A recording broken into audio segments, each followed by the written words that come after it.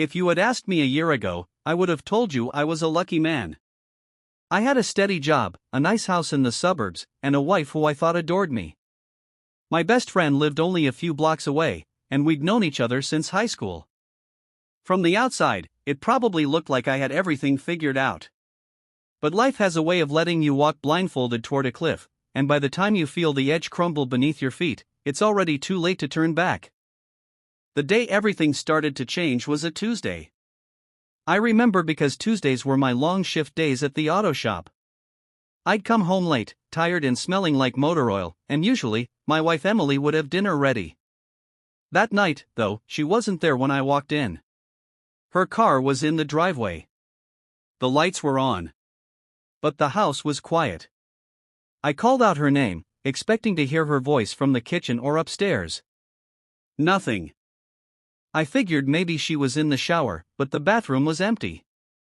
Then I noticed something strange. Her purse was on the counter, but her phone wasn't. Emily was the kind of person who never left her phone behind. She could forget her keys, her wallet, even her lunch, but never her phone.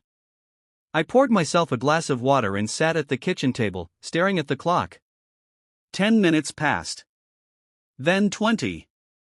Then 45. Finally, I heard the front door open.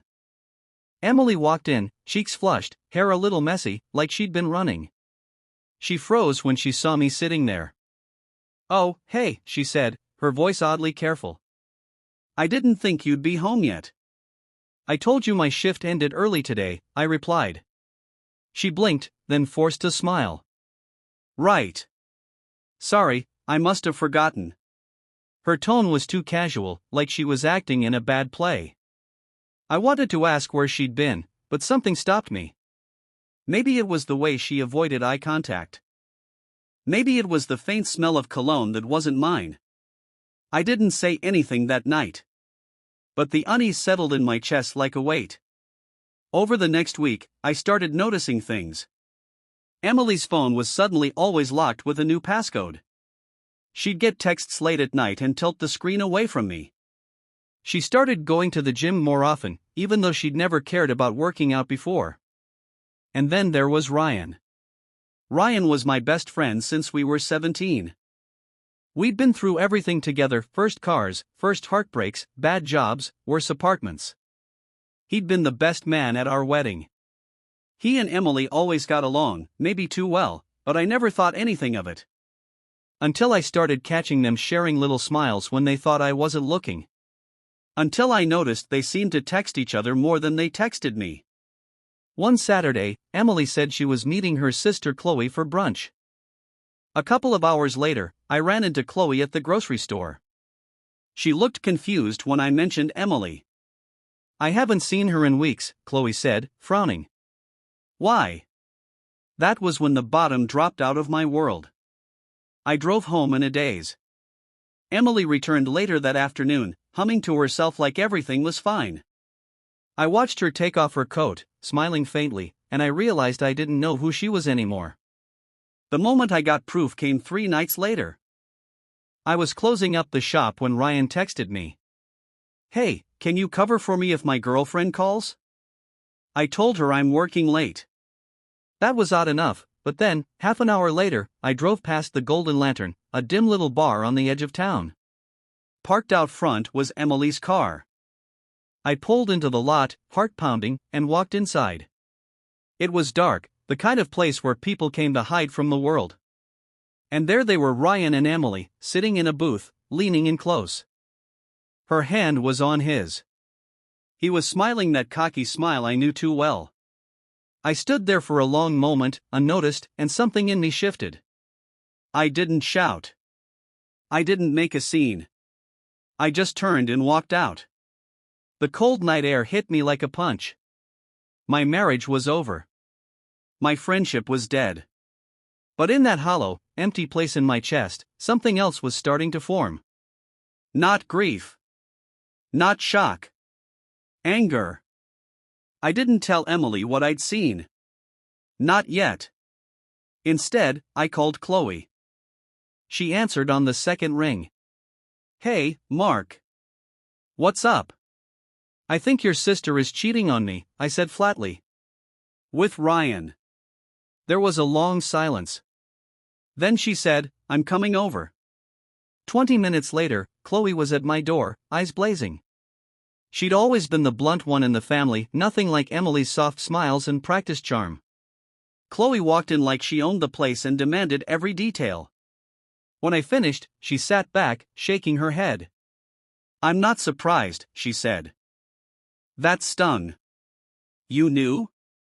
I didn't know, but Emily's always been selfish. And Ryan? He's the kind of guy who thinks the rules don't apply to him. We sat in silence for a moment. Then Chloe said, You're not just going to let them get away with this, are you? I looked at her. What do you mean? Her smile was slow, dangerous. I mean, we make them regret it. That night, we stayed up talking. Chloe wasn't interested in some petty argument or yelling match. She wanted something bigger. Something that would hurt. The more we talked, the more the idea started to take shape. We would let them think they were clever, that they'd fooled us. We'd play along, pretend everything was fine. And when the time was right, we'd take everything from them. By the time Chloe left, the anger in my chest had turned into something sharper. This wasn't just about betrayal anymore. This was about justice. I lay in bed that night, listening to Emily's breathing beside me. I thought about the years we'd spent together, the plans we'd made, the promises we'd spoken under an arch of flowers with Ryan standing a few feet away. All lies. Emily shifted in her sleep and draped an arm over me. I stared at the ceiling, wondering how many times that same arm had been wrapped around Ryan instead. I didn't move. I didn't push her away. But in my mind, the line had already been drawn. They thought I was the kind of man who would break quietly. They thought I'd cry, scream, maybe beg. They had no idea who they were dealing with. By the end of the next week, I had my first piece of leverage. And once you have leverage, you can do a lot more than just get even, you can destroy someone completely. The night after I saw them at the Golden Lantern, I learned something important about myself. I am not the kind of man who breaks. I am the kind of man who takes inventory. Who are my allies? What can I prove? What can I take? I wrote those questions on a sticky note and stuck it inside my wallet. Every time anger bubbled up, I pulled that note out and forced my brain to answer, not just feel. First, allies. Chloe was already in. That alone changed the odds. She had access to Emily that I didn't. She knew the family history, the fault lines. She'd heard the way Emily talked when she thought no one would report back. And maybe most important, Chloe was relentless. It wasn't just that she wanted to help me, it was that she wanted to win. Second, what I could prove. Suspicion is loud. Proof is heavy. I needed heavy. Third, what I could take. Not everything, not all at once. Just the right things, in the right order, so the structure came down by itself. I started with basic, boring, undeniable facts. Emily and I shared a cell plan. I logged into the account and studied the call logs. Her number pinged Ryan's every day, sometimes 5, sometimes a dozen times, usually during my shifts or late at night when she said she was scrolling Pinterest. The timestamps lined up with the new habit of keeping her phone face down. Then I checked our car app. We'd bought the SUV last spring, and the dealer had installed a tracking app so we could find it in crowded lots. Most days the SUV went to work, home, the grocery store. But on Tuesdays, again, the SUV would sit for 2 hours behind a strip mall on Mason Avenue, 3 blocks from Ryan's apartment.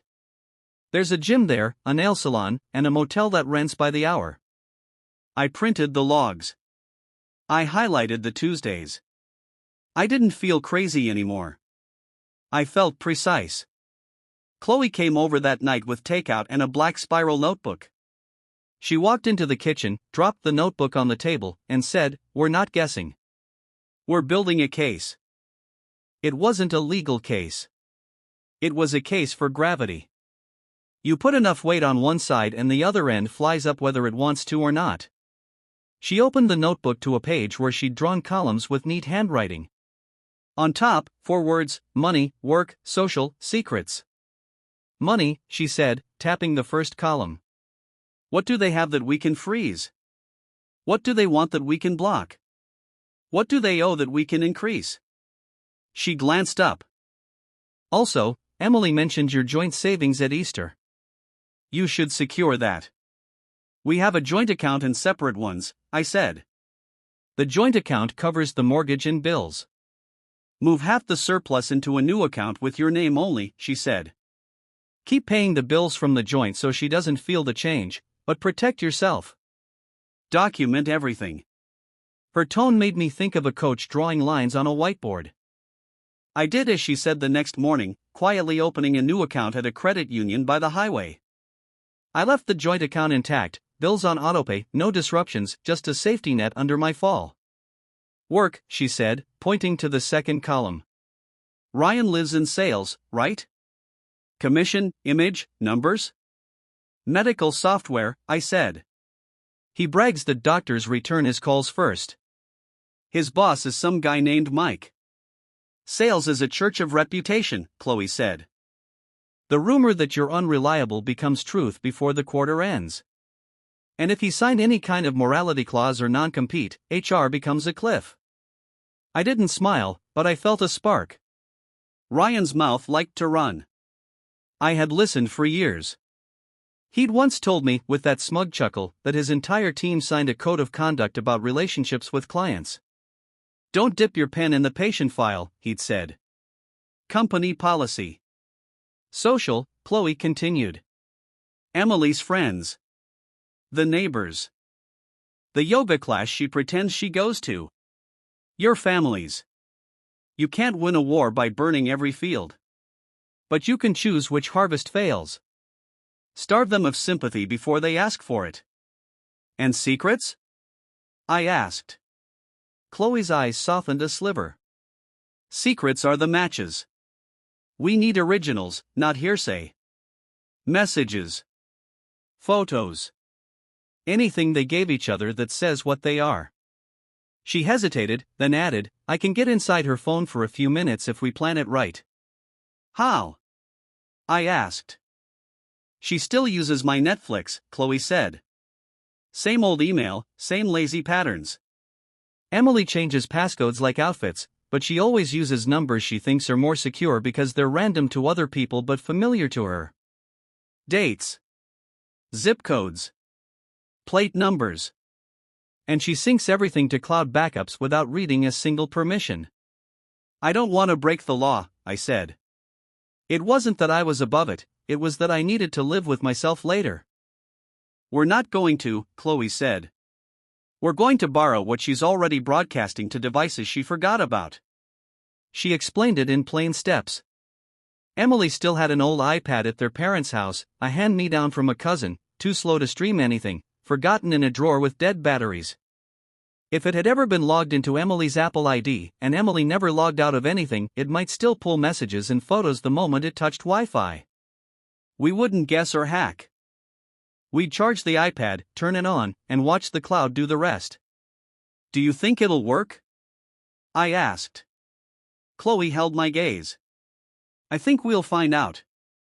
The plan required a day when Emily was distracted and Chloe had access to their parents' place. Sunday fit. The family gathered there before football games, swapping stories while their mom made chili and their dad fell asleep in his chair. Emily liked to be the sun in that living room. She wouldn't notice if one of her old satellites started spinning again. I played my role. I cracked open a beer and talked about the next game like nothing was wrong. I made a joke that landed. Emily laughed too hard, the way people laugh when they're not listening to themselves. She squeezed my shoulder and told Chloe to help their mom with the salad. Chloe gave me the look we'd agreed on, 2 fingers tapping the edge of a glass, and disappeared down the hall. 10 minutes later, my phone buzzed with a single word. Connected. I stayed in the living room. I endured Emily telling a story about a coworker who never got her emails and made her redo the report 3 times. I said that's rough at the right times. I looked like a husband. Out in the hall, Chloe sat on the carpet, the old iPad plugged into the wall, Wi-Fi bars full, the Messages app blooming with blue and gray bubbles like a bruise spreading under skin. The device had never been wiped. It had been sleeping, not dead. She didn't scroll fast. She didn't screen record. She took photos from another device, methodically, timestamp and all. Many threads were harmless, group chats about weekend plans, a neighbor complaining about trash bins, family memes. Then a thread titled R. The first message she captured was from 3 months ago. R, Tuesday works. Park behind the dentist office. Less cameras. E, you always think ahead. I like that. R, you like me. Admit it. E, don't make me say it here. R, you won't have to say anything when I see you. There were hundreds more, spanning months. Compliments. Complaints about me. Logistics about gym time and errands. Photos that left nothing to interpretation. Chloe didn't gasp or cry. She worked like someone pulling bricks out of a wall. She photographed, numbered, and emailed the set from a burner address we created that morning to a new account with my name, one that Emily didn't know existed. Meanwhile, Emily sat next to me, scrolled her own phone, and told our mom that Ryan's new apartment had such light, we should all go there for game night sometime. The words stung less than I expected. I was numb, yes, but underneath the numbness a plan kept taking shape. When we got home, Chloe and I sat at my kitchen table and went through the hall. She created folders with labels, Mason Avenue Tuesdays. Golden Lantern. Work trip Cleveland. And, because she was ruthless, complaints about Mark. I skimmed that file first. Maybe I wanted to know the worst. Maybe I wanted to inoculate myself. He's so boring lately, Emily wrote. He talks about tires and budgets and somehow makes both sound depressing. I need someone who makes me feel alive. Ryan's response, that's because he's predictable. I'm not.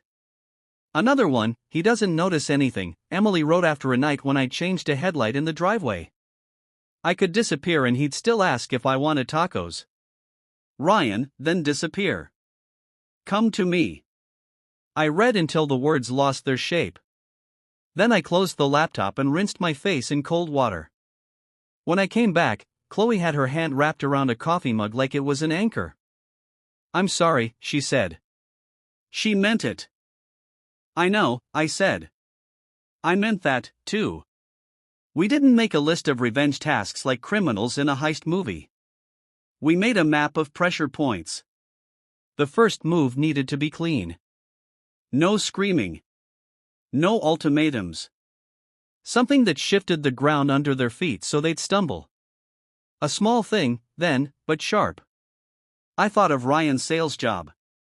I thought of a message thread we just saved where he bragged about borrowing a testimonial from a doctor he never met. He texted Emily a photo of a glowing review on company letterhead. Never met the guy, he wrote. Mike eats this stuff up. I didn't know whether the testimonial was actually fake. But I did know Ryan. If there was a shortcut, he'd have taken it, and then he'd have posted about the view from the middle of the path as if he'd climbed there.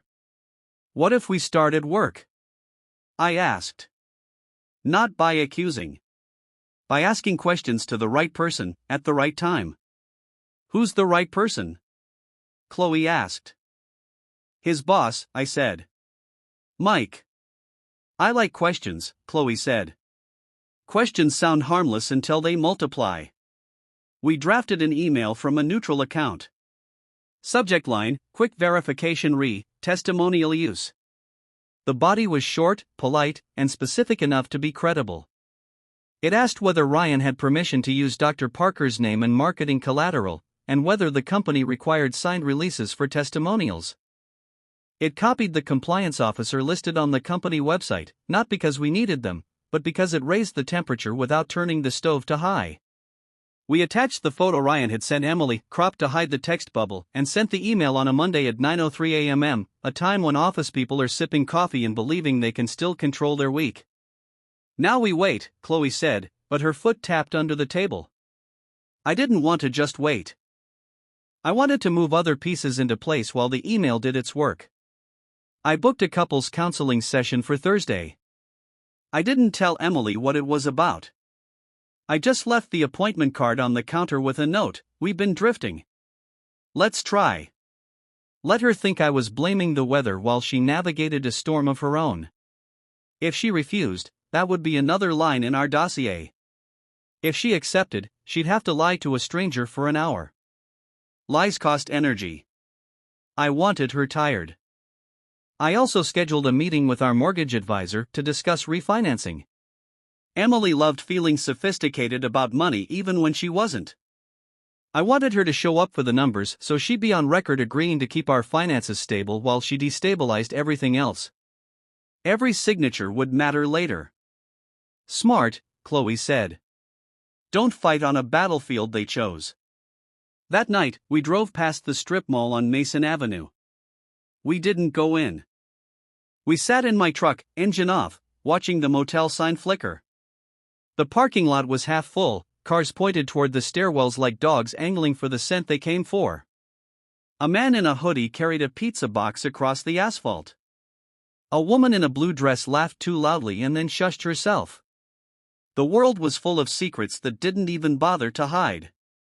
I have another idea, Chloe said, voice low. The motel probably has cameras pointed at the lot.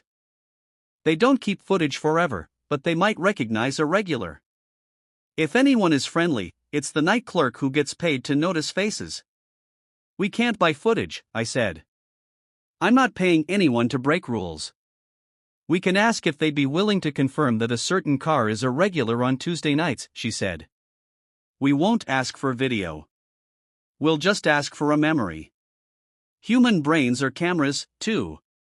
It sounded flimsy. It also sounded like exactly the kind of detail that turns maybe into oh. So the next night, just after dusk, we walked into the shabby lobby that smelled like lemon cleaner and old smoke. The clerk was a man with a crossword and a voice that suggested nothing surprised him. I glanced at his name tag.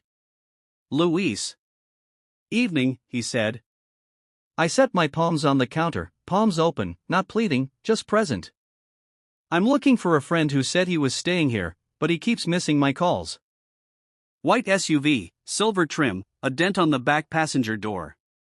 Luis didn't look up from his crossword. Sir, we can't release guest info.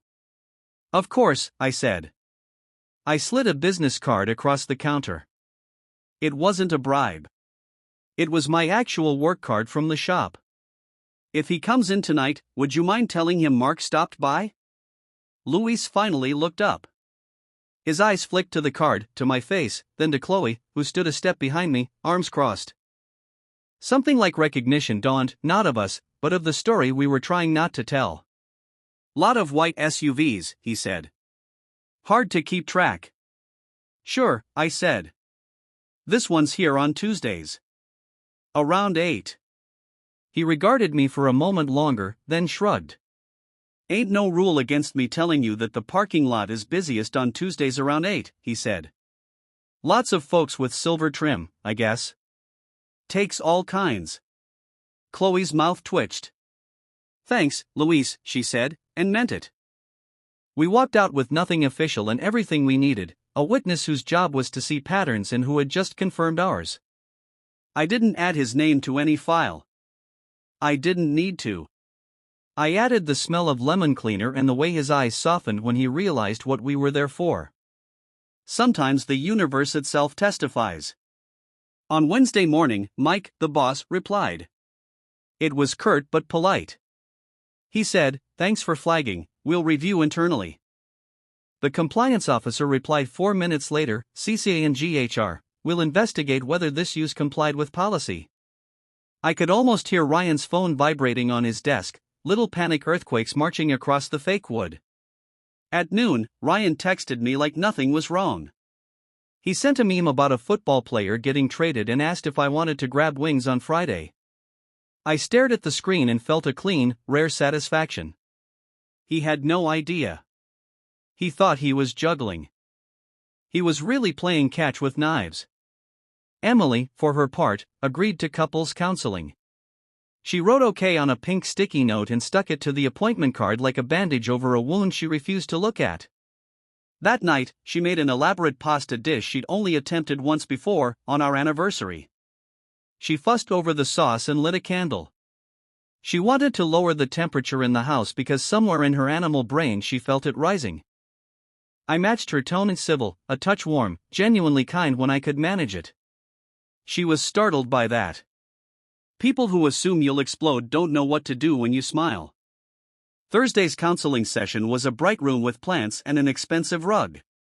The therapist, a woman named Allison, had kind eyes and a way of asking questions that made you give answers you didn't intend. I went in with a promise to myself: I would not blow the lid off in her office. I would not make the therapist my witness. I would learn something instead. We sat on opposite ends of a couch like polite strangers. "What brings you here?" Allison asked. "We've been off," I said. "I don't want to wake up in 10 years and realize we fixed nothing." Emily nodded like we were co-authors. "We've been ships passing," she said. "I think we lost the spark." The word spark landed on the rug with a plastic sound. "What gave you spark before?" Allison asked. "We used to explore," Emily said quickly. "New restaurants, little trips. It felt exciting." She meant Ryan. She meant the secret motel.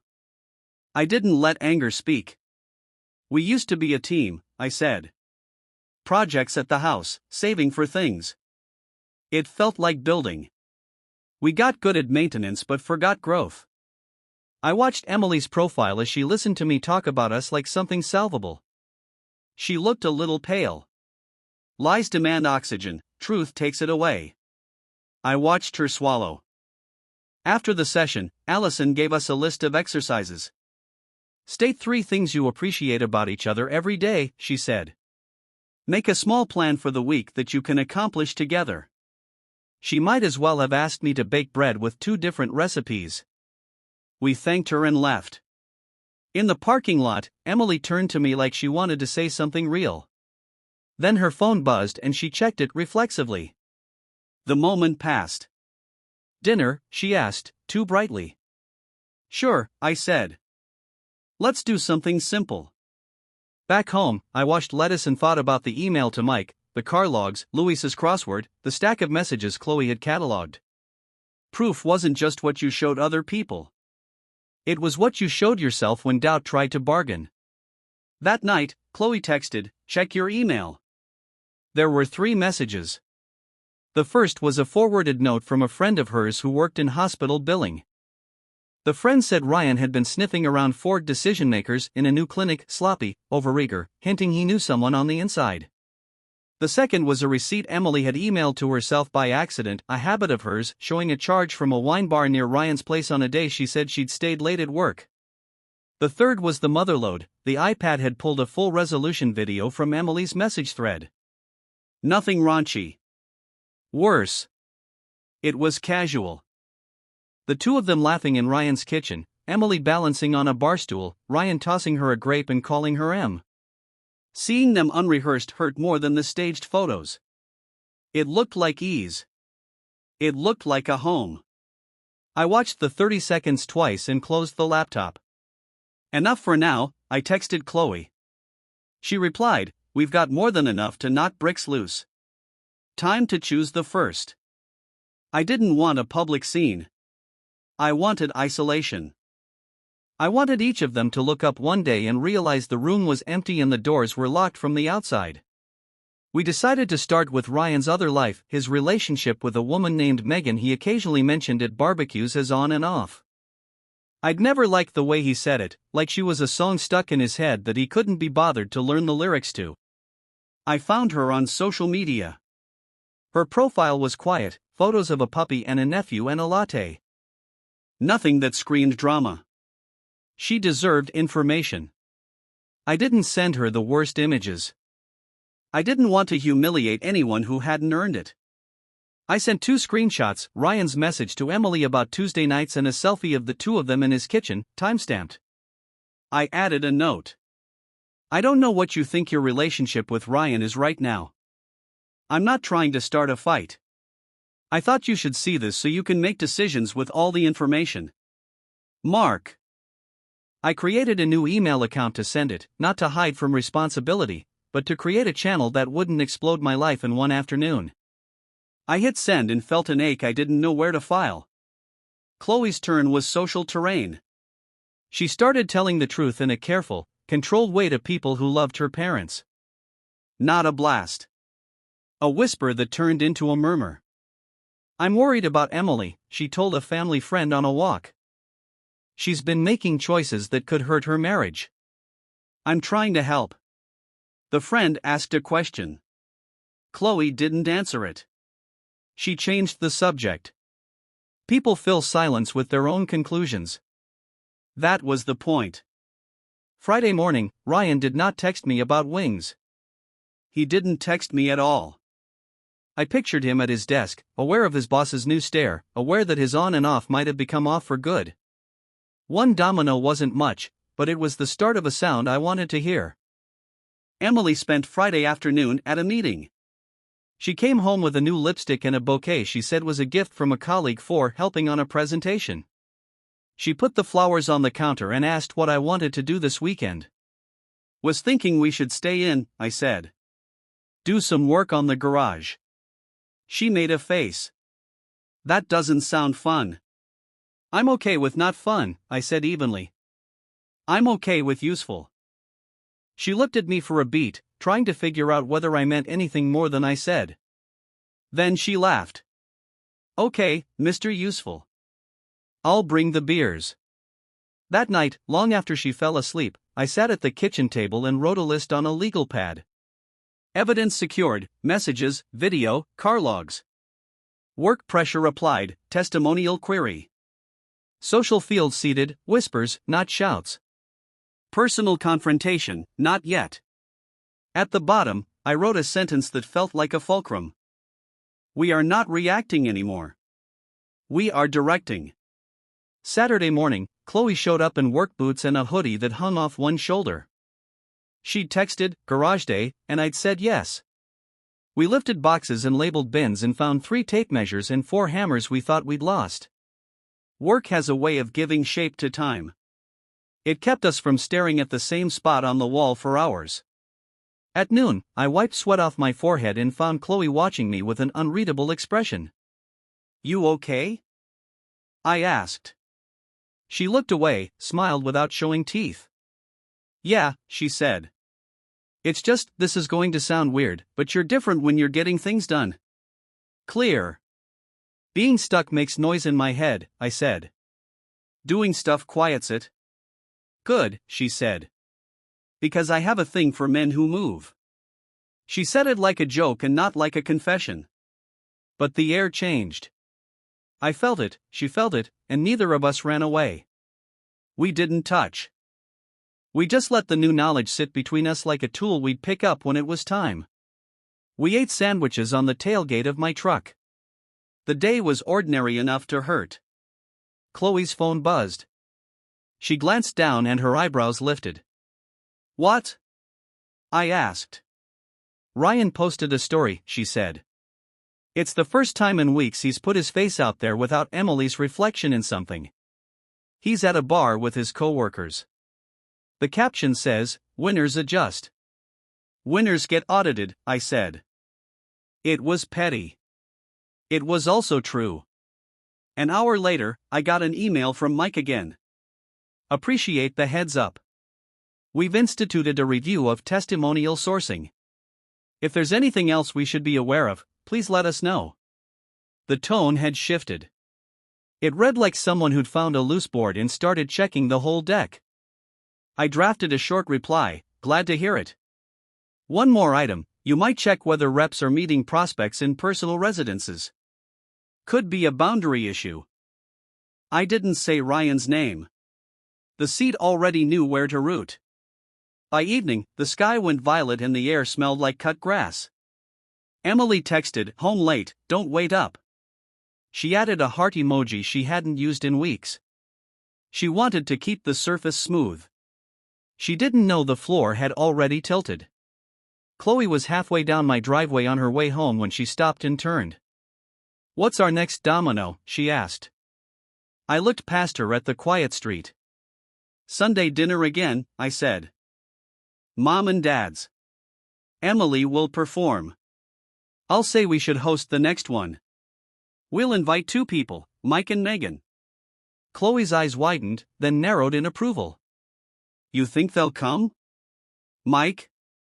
Maybe not. But the invitation won't hurt. He'll know he has eyes on the situation whether he attends or not. Megan?" I exhaled. She deserves to see my face. She deserves to decide what to do without Ryan narrating her choices. Chloe came back up the driveway and stood too close. She put her hand on my forearm, a simple, human touch, and squeezed once. "I'm with you," she said. "I know," I said. "We didn't kiss. We didn't promise anything we couldn't yet give." We went our separate ways under a sky that had finally cooled. By Friday at 7:30 p.m., the first domino would fall in public. Not with shouting, not with a scene, but with a single line spoken at the wrong time to the right person, and once it landed, there would be no way for Emily and Ryan to pretend they were standing on solid ground anymore. By the time Friday rolled around, I'd memorized the timing. Ryan usually left work around 6 p.m., swung by his apartment to change, and met Emily somewhere by 7:15. Sometimes it was the strip mall. Sometimes the wine bar. Sometimes a place in the next town over where nobody knew us. The Friday I'd marked on my mental calendar wasn't just any Friday, it was Ryan's company happy hour. I'd seen it in the group emails Chloe had pulled from the iPad. The event was at the Brass Tap, a mid-range bar downtown with just enough polish to make salespeople feel important. Emily hadn't mentioned going anywhere that night. She told me she'd probably stay in, maybe watch Netflix. The same Netflix account Chloe and I had used to crack her passcodes. I told her I'd be at the shop late, catching up on paperwork. She didn't even pretend to be disappointed. I didn't go to the shop. I went downtown. The Brass Tap was buzzing by the time I got there, glassware clinking, music at that perfect volume where you could talk if you leaned in close. I stayed outside for a minute, leaning on the hood of my truck, watching the front entrance. At 7:12, Ryan arrived. Blue sport coat, no tie, hair just so. He looked like every LinkedIn profile picture that thinks it's going to change the world. At 7:14, Emily showed up. Black dress. New lipstick, the same shade she'd worn on our anniversary. She looked around quickly, then slipped inside. I waited a beat before following them in. I spotted Ryan first. He was at the bar with a group of coworkers, laughing too loudly. Emily stood near the corner of the group, holding a drink, smiling like she belonged there. No wedding ring. Mike, his boss, was there, too tall, sandy-haired, with that air of someone who always expects to be listened to. He was shaking hands, clapping backs, the unofficial mayor of that little circle. Perfect. I didn't make a scene. I didn't march up to them. I played it slower. I ordered a beer and positioned myself at the far end of the bar, where I could see without being obvious. Then I waited for Mike to step away from the group. It didn't take long, a man like that doesn't stay in one spot. When he drifted toward the bar to order a drink, I stepped up beside him. "You're Mike, right?" I said, casual, like I was making conversation with a stranger. He looked at me, eyebrows raised. "Yeah. Do I know you?" "I'm Mark," I said. "I think you work with my friend Ryan." "Ah, Ryan," he said, polite but non-committal. "Good guy." I smiled faintly, the kind of smile you give before you drop a stone in still water. Funny thing, I ran into him a while back when he was meeting a client at a motel off Mason Avenue. Just thought it was weird. "Do you guys normally do meetings there?" Mike froze for a fraction of a second, just enough for me to know the rock had sunk. "I can't say that's our usual venue," he said slowly. "Yeah," I said, taking a sip of my beer. "Didn't think so. Anyway, maybe I'm mistaken. But if you ever need to double-check, it's the one behind the strip mall." Tuesdays seem busy for him. I left it there. No accusation. No details. Just enough for him to start asking his own questions. When I glanced back toward the group, I saw Ryan looking around, scanning the bar. Emily followed his gaze. Her eyes locked on me, and for just a second, something flickered there, not guilt, not even surprise. It was calculation. She leaned into Ryan, said something in his ear, and his jaw tightened. I finished my beer and walked out without another glance. The fallout didn't come that night. It came the next day. At 9 a.m., Ryan texted me. "What the hell did you say to Mike last night?" I let the phone sit on the counter for half an hour before replying. "We just talked about business." "Why?" He didn't answer. Chloe came over around noon, carrying a grocery bag. "I brought lunch," she said, setting it down on the counter. Then, lower, I saw Ryan's story this morning. He posted some vague crap about fake friends. "Good," I said. "That means he's thinking about me when he should be thinking about his job." The rest of the weekend, Emily was different. Not openly hostile, not apologetic, just quieter. She still moved around the house like it was hers, still made coffee in our kitchen, but there was a tension in the air, like she was bracing for something she couldn't quite name. Sunday dinner was step 2. We arrived at her parents' place around 5 o'clock. As planned, I suggested we host the next one at our house. I made it sound casual, like I just wanted to save her parents the trouble. "Sure," Emily said, glancing at Chloe. "We can do that." "Great," I said. "I'll send invites. Mike might come, and maybe Megan too." Emily's smile faltered just enough for me to notice. Across the table, Chloe hid her smirk behind a sip of wine. When Megan showed up at our house 2 weeks later, she wasn't alone, and the person she brought with her was the one piece of the puzzle I didn't know we were missing. 2 weeks later, the living room was spotless, the table set, and I'd been rehearsing my expression in the bathroom mirror. Not smug. Not smug was important. Not too friendly either, that could be read as desperate. Neutral. Calm. The kind of face a man has when nothing in his world is on fire. It was Sunday, our turn to host family dinner. Emily thought it was her idea now. She'd even bragged to Chloe earlier in the week about how Mark is finally trying to make an effort. Let her think that. The guest list was small: her parents, Chloe, a couple of cousins, and maybe a friend or two. I had slipped Megan's name into the invite like it was an afterthought. I didn't expect her to actually show. But she did. And she wasn't alone. I saw them through the window before anyone else did. Megan, tall, blonde hair tied back in a ponytail, holding a small tote bag, and next to her, a man I didn't recognize. Older than Ryan by 10 years, maybe. Short, stocky, with a cop's walk. The kind of guy who notices exits. When I opened the door, Megan smiled politely. "Hey, Mark. Thanks for the invite." "Of course," I said, stepping back. "Come in." The man offered his hand. His grip was firm, his eyes sharp. "Name's Dan," he said. I shook it. "Friend of Megan's?" "Something like that," he replied, and the corner of his mouth twitched. Emily came into the hallway at that moment, all smiles until she saw Megan. It was quick, but I caught it, a flicker of recognition, then a glance at me, then a split second of calculation. "Megan," she said, her tone too bright. "Didn't know you and Mark were friends."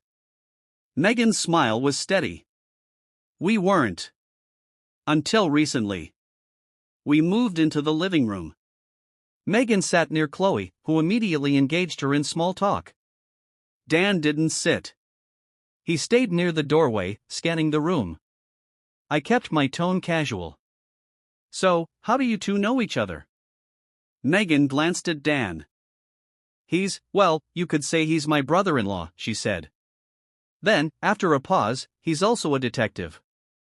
Emily froze mid-step in the kitchen doorway. I played dumb. "Detective? That sounds like an interesting job." Dan nodded once. Keeps me busy. His eyes swept to Emily, then back to me. I'm off duty, though. Just here for the food. The words were neutral, but the weight wasn't. This man hadn't come for dinner. He'd come because Megan had told him everything. It didn't take long for the conversation to split into little pockets.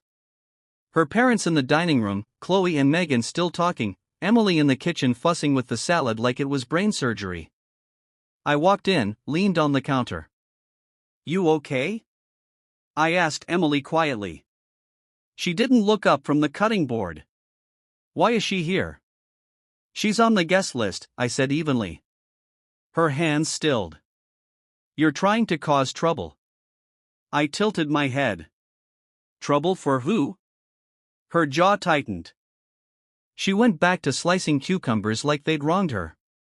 Dinner started out civil. Dan asked polite questions about the neighborhood. Megan complimented Chloe's dress. Emily performed smiles for her parents. Then Chloe's sweet, careful Chloe lobbed the first grenade. So, Megan, she said, how long were you seeing Ryan? The room went silent except for the clink of a fork hitting a plate. Megan didn't flinch. On and off for about a year. I thought we were serious. Turns out, he was seeing someone else at the same time. Emily's parents looked confused. Oh, her mother asked. Megan turned her gaze directly to Emily. Yeah. Your daughter. Emily's face went pale, then red. That's not, she started, but Dan's voice cut in, calm and solid. I've seen the messages, he said. Dates, times, locations. No ambiguity. Her father's fork stopped halfway to his mouth. Her mother's eyes widened. The air in the room thickened. I didn't speak. I just let the silence do the work. Emily pushed her chair back, stood. This is ridiculous, she said. We don't have to sit here and listen to. Sit down, her father said, voice low but commanding. I'd never heard him talk like that before. Emily froze, then slowly sank back into her seat. Megan kept her voice level. I didn't come here to start a fight. I came because I know how people like Ryan operate. He tells two versions of the truth and lets everyone else guess which one is real. I wanted to make sure the guessing stops. Dan nodded. And I'm here to say if this gets messy, I know exactly where to look first. Motel cameras, phone records, all of it. Emily stared at her plate.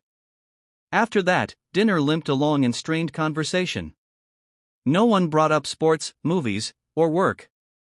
It was just the clink of silverware and the unspoken fact that a grenade had gone off in the middle of the table. When it was over, Megan thanked me for inviting her. Dan shook my hand again, firm, deliberate. Call me if you need anything, he said. I might, I replied. Emily didn't say a word on the drive home.